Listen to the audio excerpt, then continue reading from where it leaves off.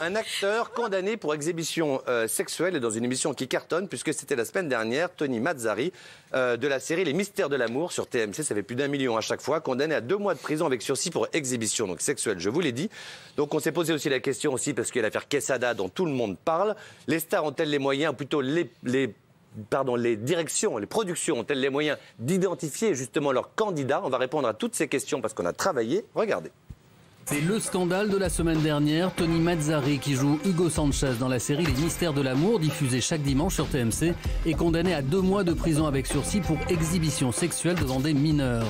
Un comportement qui n'a pas mis longtemps à être sanctionné par la chaîne, le groupe TF1 annonçant en début de semaine que l'acteur était débarqué. Il faut dire que 2 semaines seulement après l'arrestation de Christian Quesada, l'affaire fait un peu désordre. Pour ceux qui ne seraient pas encore au courant, le plus célèbre des candidats de jeux télévisés avec 192 participations aux 12 coups de midi et 800 000 € de gains, le plus gros jamais gagné, Maître de midi, a été incarcéré pour détention d'images pédopornographiques. Une affaire d'autant plus choquante que le champion avait été déjà condamné à 2 reprises pour des affaires similaires. Face à ces différents scandales, une question se pose, les chaînes font-elles vraiment ce qu'il faut pour éviter de telles dérives? Pour Gilles Verdez, la réponse est très claire, c'est non. Il faut savoir que dans les émissions de TF1, on ne demande pas d'extrait de casier judiciaire. Et il n'y a pas qu'en France que les chaînes de télévision manquent sérieusement de vigilance. Tout le monde se souvient de la chute de Kevin Spacey, pourtant superstar de la série House of Cards. Accusé d'agression sexuelle sur mineurs plusieurs années après les faits. Today, a judge will take up motions in the Kevin Spacey sexual assault cases. Et cette semaine, c'est au tour d'Alison Mack, la star de la série Smallville, d'être accusée de trafic sexuel au sein d'une secte et risque 40 ans de prison.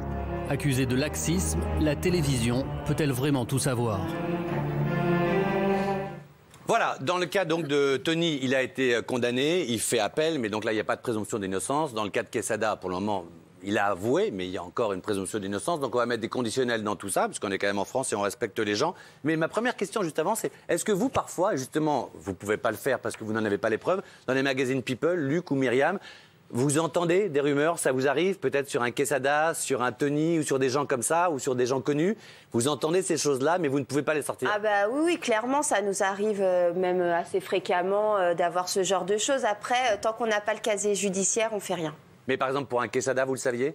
Non. Alors pour Non. Quesada, non. Moi, je savais Non, non, non. Pour Tony, non, là, dont on parle? Non, non plus. Non plus. Non Très plus. bien. Mais sur des people, même. Mais vous dites tant qu'on n'a pas le casier judiciaire, pour des gens comme vous, se procurer un casier judiciaire, c'est l'enfance de l'art. Enfin, Benjamin Castaldi s'en est procuré un il y a 2 semaines. Enfin, pour vous, c'est facile, non? Non, c'est surtout qu'il faut qu'il y ait des plaintes pour qu'on puisse en parler. Ouais, parce qu'il faut c'est qu'il y ait ça. une procédure. Si la D'accord. personne, elle vient nous dire oui, il m'a fait ceci, cela, il faut qu'il y ait une plainte, il faut qu'il y ait une procédure en cours, sinon on dénonce comme ça et ça va pas. Alors, pour que les gens comprennent bien, et surtout Sébastien qui connaît bien le dossier, et Catherine, juste 2-3 petites questions pour que ce soit clair. Est-ce que déjà, donc c'est la question, les productions elles-mêmes, donc que ce soit la production des 12 coups de midi ou télé-réalité ou n'importe quoi, Endemol, a les moyens de se procurer un casier judiciaire pour être sûr, parce qu'on se souvient notamment de Greg le millionnaire à l'époque, on avait découvert une fois à TF1 qu'il avait un casier. Est-ce qu'elles ont les moyens de se procurer le casier des candidats?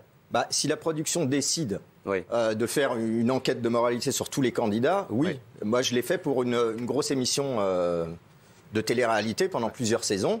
Donc, j'avais une 50aine de candidats à checker. Il faut savoir que si on n'a que le feuillet numéro 3, on ne voit pas grand-chose. Parce qu'il faut savoir qu'un casier judiciaire, il y a plusieurs 3 feuillets. Il y a 3 feuillets. Voilà, donc pour vraiment se donner une bonne idée, il faut avoir les 3 feuillets. Hein. Ouais. Si vous avez que le dernier, vous voyez les peines supérieures à 2 ans de prison ferme. Donc, Et là, par les exemple, prods sont autorisés à en avoir un des 3 en le demandant? vous pouvez avoir le 3e, mais qui sert en gros pas à grand-chose. Pas à grand-chose. Donc les 2 premiers, vous n'y avez pas d'accès. Donc il faut se débrouiller d'une manière ou d'une autre pour avoir l'intégralité. C'est-à-dire que même si la production, par exemple, dans l'affaire Quesada, avait demandé le feuillet dans lequel il avait été condamné pour pédophilie, elle ne l'aurait pas eu. Non, il faut passer par D'accord. des détectives ou des gens comme moi qui trouvent un moyen de faire Et je l'enquête. dis une bêtise, il n'a pas été condamné. Donc comme ça, autant pour moi. je Non, dis mais une même, bêtise. Enfin, même avait s'il a été arrêté, même pour si- détention d'images pédopornographiques. Pardon. mais même s'il a été arrêté, Oui. voilà, J'entends. des policiers peuvent le savoir, même s'il a été relâché. Même J'ai il y a encore, des soupçons. encore 2-3 questions, notamment aussi avec Catherine. Aussi, est-ce que par exemple un magistrat donc, qui a condamné la personne et qui l'a vu dans un tribunal et qui regarde la télévision et qui voit ce candidat qui a été condamné, est-ce qu'elle peut appeler la production, ce magistrat, ou est-ce qu'on peut appeler la production et dire bah, pardon, mais la personne que vous mettez tous les jours à midi a été condamnée pour images pédopornographiques? cette question m'intéresse et cette réponse m'intéresse. La première question qu'on s'était demandé, c'est est-ce que les productions ont accès je vais y arriver, au casier judiciaire. Et donc Sébastien nous disait, c'est en 3 feuillets, ils ont accès à qu'un feuillet, et les 2 où il y a vraiment les condamnations, elles ne l'ont pas. Et tout à l'heure, on parlait, et du coup, à la pub, on peut dire plus de choses. Tu me disais que l'émission pour laquelle tu as travaillé, c'était Sortez-moi de là, c'était laquelle? Non, c'était... Qui veut épouser mon fils. Ouais. Et tu me disais, il y avait beaucoup, et en fait, les gens mentent énormément. Il y a des gens qui, en fait, étaient mariés alors qu'ils devaient être célibataires. Ouais. Il y a des gens qui avaient des enfants alors qu'ils ne devaient pas, comme les gens veulent faire de la télé. Il y a des gens qui avaient fait des pornos, c'était pas... Il y a des gens qui avaient fait du porno, et des gens qui avaient des casiers, donc il faut vraiment travailler là-dessus. Évidemment, c'est pour ça que la prod essayait d'aller en amont et s'était dit, bon, bah pourquoi pas avec des paparazzis ou des agences de presse, parce que ce sont eux en général qui sortent les infos, donc ils peuvent nous aider à faire ce job-là en amont. Et là, ce qu'on va vous dire maintenant, et on ne cite pas de nom, c'est hallucinant, vous allez voir comment ça marche. Vous m'avez dit, Sébastien, parfois je te tutoie, je te vois, moi. Vous voyez, vous m'avez dit pendant la pub qu'il arrive parfois que vous ayez les petites infos, mais pas de preuves. Et c'est quoi la suite? C'est-à-dire qu'on peut avoir des infos très précises, des plaintes sont déposées, les plaintes restent bloquées, et dans ces cas-là, il y a ce qu'on appelle des fuites, et des fuites qui arrivent souvent, et ça vient directement des juges, qui essayent de faire fuiter à la presse pour débloquer la situation, parce qu'une fois que c'est médiatisé, ils ont les rênes. C'est hallucinant. Oui, mais il faut de l'argent pour tout ça aussi. Non, mais c'est hallucinant. Donc vous savez plein de choses. Tout à l'heure, vous m'avez dit, et encore une fois, je respecte à sa famille et tout ça, et voilà, mais à l'époque de Delarue, vous m'aviez dit, j'avais eu des infos sur lui, beaucoup, et ça ne sortait pas que sur lui, mais effectivement, de temps en temps, il y a des infos qui sortent, mais qui...